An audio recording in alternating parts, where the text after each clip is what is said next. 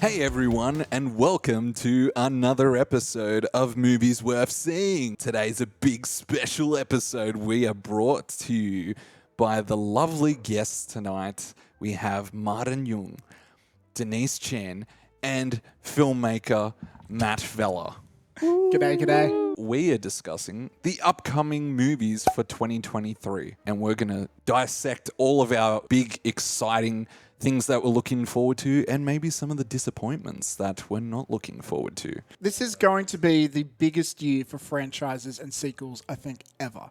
Because the reason everyone's excited, hell, the reason we're doing this podcast, everyone's like, oh, there's so many movies we're excited for. But the reason we're excited for it is they're all almost sequels. Only like maybe 3 or 4 of them are original. Yeah. And I think like Barbie and Mario, sure, they're not sequels, but they are established franchises. Yeah, a lot of them. Franchises. It just feels like, their target audience feels very much our generation or older because the kids getting into this, if they haven't seen Yeah. a lot of these, they're going to be like, eh. Well, the new trend over the last few years, and I think it's been to only a varying level of success, is like what Scream 5 is all about, requels, where it's like, oh, it's a sequel, but it's kind of like a new generation thing. Yeah. And I feel like a lot of the time when they do that, it's like fan bases are like usually leaning to not loving it. Yeah. But what I think we don't realize, our generation realizes, is that like the younger generation a lot of the time is on board for that. Like I look at Scream now, and I'm not trying to segue into Scream 6, but there's a huge generation of kids that weren't alive in the 90s when the original trilogy comes out, and they are so psyched for Scream 6. They're all excited like, oh, Kirby from Scream 4 is coming back. And I'm like, I forgot who Kirby from Scream 4 was. Of Like, all the characters, Kirby from Scream 4, I'm Yeah. like, what? That's like saying, the new Indiana Jones, we're going to bring back that guy that exploded in the first movie that no one gives a shit about. Saving grace don't for me think. would be Ke Huy Quan. He's going to be in it. His recent rise to stardom with, Everything Everywhere All at Once, and now he's coming back as, Short Round. Oh, Yeah, that's cool. awesome. They reunited after like decades and stuff, and it was like, Short Round? Indy? Ah! Like that. There's a photo That'll of be it. beautiful. No time for love, Dr. Jones. You cheat, Dr. Jones! You cheat! I kind of want to segue that into sort of my kind of wish list for what I want sort of 2023 and beyond to go on. I want sort of like a resurgence of like Brendan Fraser and Ke Huy Quan. I don't see the trend of like franchises spawning unneeded sequels ending anytime soon. It's like I love what James Mangold did with Logan. So I'm a bit wary of Indiana Jones 5. Like, yeah, hopefully it does well. At the same time, I feel like it'll convince Hollywood executives to revive franchises that don't need sequels. They've already been doing that, Martin. yeah, you're So that trend won't stop. And yeah, hopefully less franchises and stuff. Hopefully more original A24 films. Hopefully. Glass half empty. you're but going I to get a don't lot of think it's gonna do A24 it. films, I'm sure. Like they're not slowing They're down. not I don't stopping. think. Yeah. Yep. They are firing Especially on all after cylinders. last year. Yeah. What do you guys think will be the movie that disappoints the most this year? I guess in saying that, it has to be a movie that we're also anticipating, right? For it to disappoint. Yeah. I don't know what the hype is around it, but the new Dungeons and Dragons film. Oh, good. That good looks pick. so generic. Right. It- I don't know if there's hype though. That's the thing. When I was watching the trailer, I felt like if I didn't know this was Dungeons and Dragons, it wouldn't make any difference. It could looks be like, anything. Yeah. It feels like almost one of those films. They're like, oh, you know what? We need to make hype for this concept. Let's connect it to an existing fan base. That's what That's I what it felt when Uncharted came out. Like the movie trailer, I was just like, this could be anything.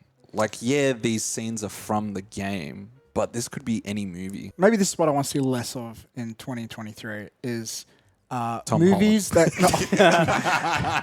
Yeah, that guy's really struggling to get another franchise going. No, I want to see less of like movies that clearly exist for the sole purpose of like a business deal. It was after that whole fallout between Sony and Marvel, and they almost lost the right to Spider-Man. I feel like that was just done for Sony to keep Tom Holland in their corner. Yeah, this is clearly made with a bunch of numbers. It doesn't feel like it's creatively driven. It just feels like, oh, okay, pre-established IP, random famous actor who doesn't really suit the role, but put him in anyways. He's they- hot right now. But they're a big name. Yeah. Yeah. And yeah, that was probably one of the worst films of last year, I would It's say. back to what we were saying about like hopefully there's like less franchises and depending on franchises, you know, and spawning unneeded sequels thing. Yeah. Yeah, But, like, less cash grabs, definitely. they're less memorable in the long run. All right, so Denise has got Dungeons and Dragons. What about you, Martin? It's like for one that I'm most afraid of like becoming a disappointment, I'd say it's the Super Mario movie. It's like Yeah. like it's first like Nintendo's first foray into like multimedia, like full feature length movie with Illuminati and stuff. So it's like if this Second, they did underperforms, Detective Pikachu. they've also done like other like Super Mario stuff like Do the Marios! Pikachu. Early Well, 90s. it's not really Nintendo, but it's Pokemon Company. But they've got The- that trauma from Super Mario Brothers Yeah. in early 90s where that movie has 29% on Rotten Tomatoes, It's- audience and critics. If this underperforms, especially because of Chris Pratt's Wahoo performance, then I fear that Nintendo will be discouraged to look to their other IPs that could have potential like big sort of like adaptations. Like I was thinking maybe in the future, or what if they do some like Legend of Zelda and it's serious in tone? Maybe I'll you have believe it some when I of this see that- it. Yeah. And they'll I probably- think it's very hard to And they'll attain. get but Vin it's- Diesel to play Zelda.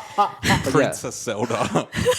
So that's why I'd I'm watch like, that. You want to save my ass, or am I going to have to save your ass? Because I'm going to do it for family.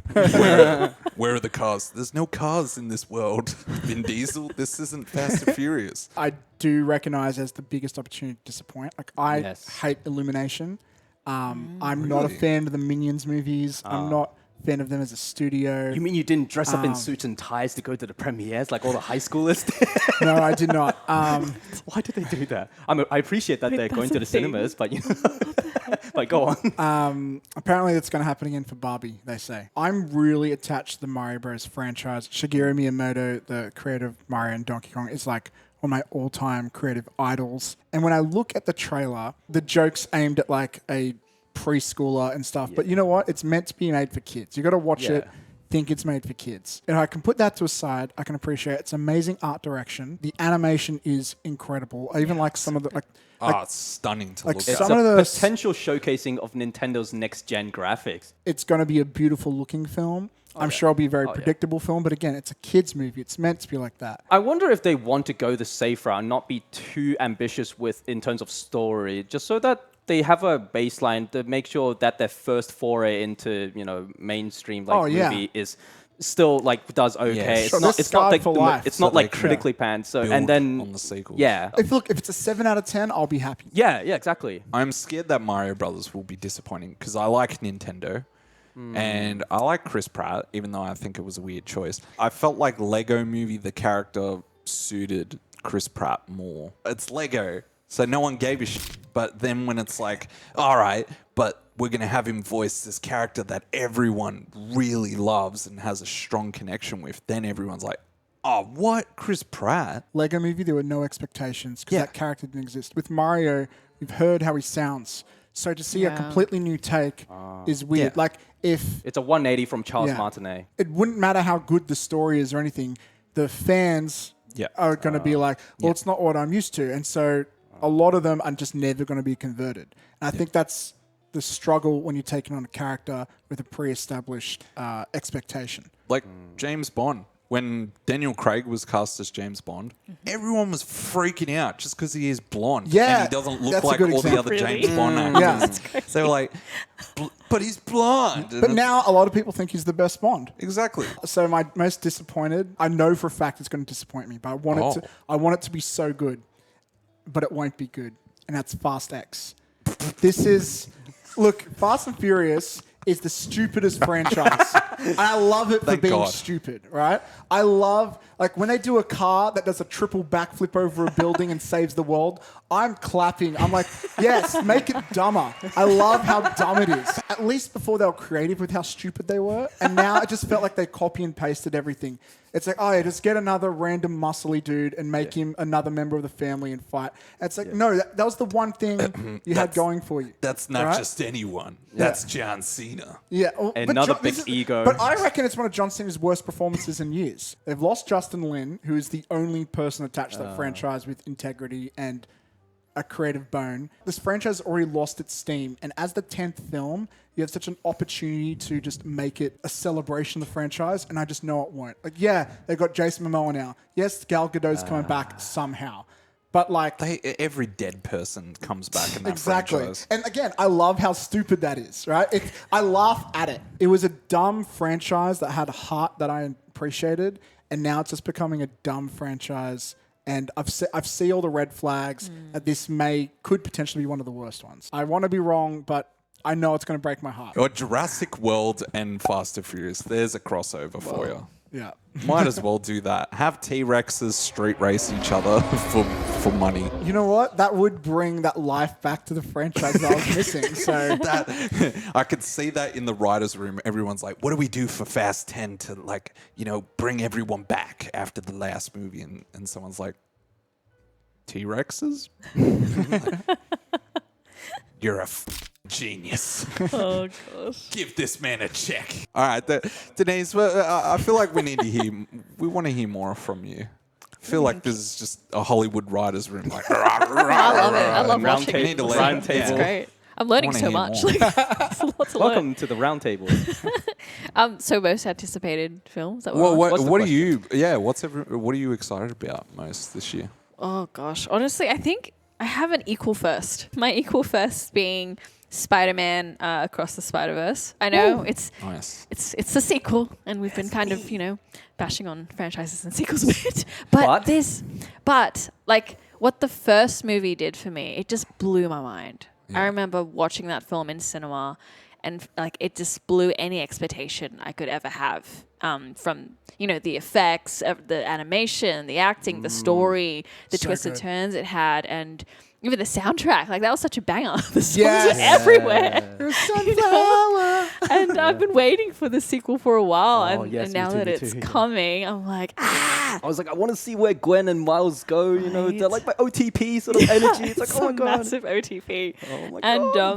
and then my other equal first is John Wick. Ooh, really? Yeah, I know like the John Wick franchise isn't for everybody, but for me, it's almost like my Fast and Furious. It's so like Guilty pleasure. yeah, it's 100%. I didn't expect to enjoy it that much either, but when I started watching them, I was like, oh my god, I could switch my brain off and just Yeah. enjoy. I have a question for you because Yeah.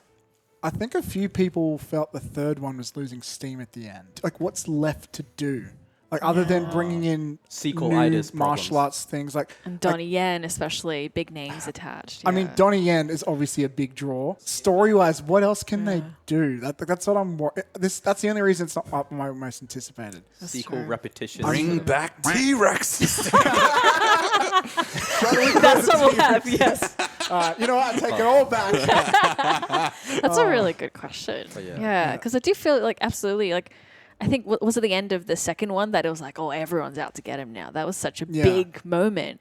And then to see him kind of go through that in the third, it was like, oh, that was nice, but you could almost feel that it had so much more potential to do Yeah. more. Yeah, Martin, what are you most excited for? Also, two equal firsts. First is Spider-Man Across the Spider-Verse. I would say, actually, the first Spider-Verse movie, I was so engrossed in the story that I forgot it was animated, even though animation was such a big deal.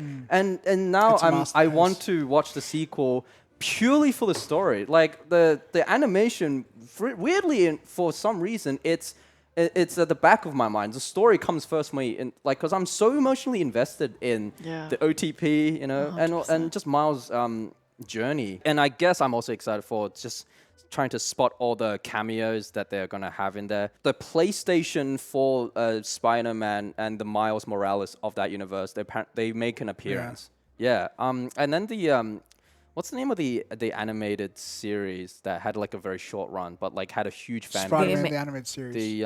Oh, there's the Amazing Spider-Man Amazing. as well. I That's think. Andrew Garfield. But like whoops. Spectacular Spider-Man. no, I no, think? there was an Spectacular- animated. Yeah, that one. Yeah. Spectacular Spider-Man. That's the one. I watched that. He's in the poster. So yeah. So for me, yeah. okay, first of all, Spider-Man, Spider-Man's my boy. Add your own commentary. Like, I'm all about Spider-Man. Oh, damn. Oh my So- god! so- Well, can you pop so- it again and zoom in? Zoom in. I got this Hold on, the hold on, day hold on. before. Keep going. You can do it in post. You can do it in I got this the day before I saw the latest Spider-Man film with everybody in. But controversial opinions, like, do we need another 400? Like, I'm okay with this franchise doing all these Spider-Men, but I'm worried that we're going to get too many spin-offs with other ones. But have you got enough coverage, Martin? Did you get it? Just to get rid of this negative energy. My second top one. No. You already had your pick. No. What else? He's got equal Dune first. Part 2. I'm so looking forward to that. Denise Villeneuve. I can never pronounce his surname. Denise Villeneuve. Villeneuve? For the reasons that I'm a sucker for like really breathtaking, larger than life cinematography that's coupled by the Hans Zimmer's like sound design and music. This kind of stuff that just like rumbles the entire cinema. It's the reason that you go to the cinema for the 7.1 Dolby Atmos surround sound and the biggest screen possible. Hopefully, IMAX opens in Sydney at last this year. Please. I'm not too invested in the world building aspect of it, but I know that it's kind of considered as like Dune is considered as like, I think the godfather of all science fiction behind like Blade Apparently Runner Star Wars and is Star heavily Wars. inspired by Dune, apparently. Yeah, again, I'm just purely there for Greg Fraser, his cinematography. He's the DP that pioneered virtual production in like Mandalorian and stuff when they have the actual screen, and he did the Batman, exact same technology. For me, it's like the story will have to be so good that the story takes precedent for me. That in that case, that'd be Spider-Man Across the Spider-Verse for me. And then pure cinematography, sound design, it's Dune Part 2. Matt. So my most anticipated was Mario. Not Spider-Man? You're not going to get like a Mario tattoo? Like, I'm very excited for it, but like, I don't know. I feel like I know what I'm going to get out of it. I guess I get more excited about what I don't know, I guess. Like, Dune 2, I would say, is up there for me as well. I think, okay, you know what? I'm going to say Dune Part 2 is probably my most anticipated. This is not my most anticipated movie, but I'm most anticipated to see the promotional run for how they advertise The Flash. I lose sleep over this. Because The Flash, so... Starring a criminal. A literal criminal based in Vermont. It's so exciting to me to just think... Like, I'm just imagining these PR and marketing people just ripping out their hair like, how do we sell this movie? Ezra Miller, I feel like they're going to pay them $1 million a day to be like handcuffed into a chair. It's like, just do not tweet. Like just, we'll give you $1 million a day to just not tweet. Do not tweet. Don't leave here. Don't fight anybody. Don't like run over anybody with your car. We can't trust you out in public. So it's based on a comic called Flashpoint, which is kind of the reset of the comic book, which I feel like is meant to set up the James Gunn films now. I feel like that's why they haven't cancelled the film. We have to just bite the bullet on this one. So I can't wait to see how they try and promote this nightmare, this actual nightmare. I am most excited for Scream 6, actually, because Scream 5 was really good. I agree. actually thought it was better than Scream 4, and it was fucking brutal too. Like, there's some savage kills in that movie. Yeah. But it also subverted expectations of a typical Scream film. It was a bit darker, a bit more gorier, and... First one without Wes Craven as well. It was the first one without Wes Craven. I probably should have said it could be disappointing because Neve Campbell's not returning. She was in every Scream film. And then this film, she said no because she said it was a pay dispute. Yeah, she's got every right to dispute pay because she is the whole fucking franchise. Yeah. And even in the last film. Like, if you take Neve Campbell, Courtney Cox, and David Arquette out of it, like, no one would give a shit, really. Well, now they've got much. Jenna Ortega in this one. Yeah, that's the pull for the new generation. The Gen Z is just they're going for her, I think. The new 100%. gen, like, the characters aren't as good as the OGs, those three. Like, I just think that you shouldn't have a Scream movie without those three. The weird thing is that this film is like a year after the previous film, which is mind-boggling. Very quick, yeah. Because all of the other Scream sequels had a bit of time to kind of be like, what's happening in horror movies that's prevalent? What's the trends? Whereas Well, that's we the can't thing. get It's like, that. what is the new trend? Like, maybe they can just acknowledge the fact of, it's just like in a new location. But even that was a trend from the 80s. The common theme really is obvious is with like franchise repetition. Like that is a recurring theme with you, I find. But with some guilty pleasure exceptions like Fast X and the John Wick 4, 5, 6, 7, 8, 9, 10. The thing about these three films, John Wick X. They're all movies with more than 5 Not to be confused sequels. with John Wick XXX, which is exists on the internet, maybe. I don't know. Well, these are all franchises of with more than 5 course you would sequels. know. So, yeah, I don't know. I'm talking about John Wick 30. And 40. And good thing, you don't have to wait too long. It's only a couple months away. No, Yeah. it's next month, actually. It's next month. Oh, Jesus. Whoa! Wow. First week of There March, you I think. go. Wow. Amazing. Well, that's good because Time flies. Troll 2 just didn't live up to its hype. All right. Well, that's it for this episode. If you enjoyed this, please like, share, and subscribe to the channel. And you can hear us on Apple Podcasts and Spotify. Thank you very much for having us, Michael. Very, very fun. Very fun. 2023. It's going to be a good year. More Brendan Fraser, more Ki Hui Kwan. The Whale 2, The Whaling. Or The Whale 2, Free Willy. Do you mean whaling? Bye, guys. Bye. Bye.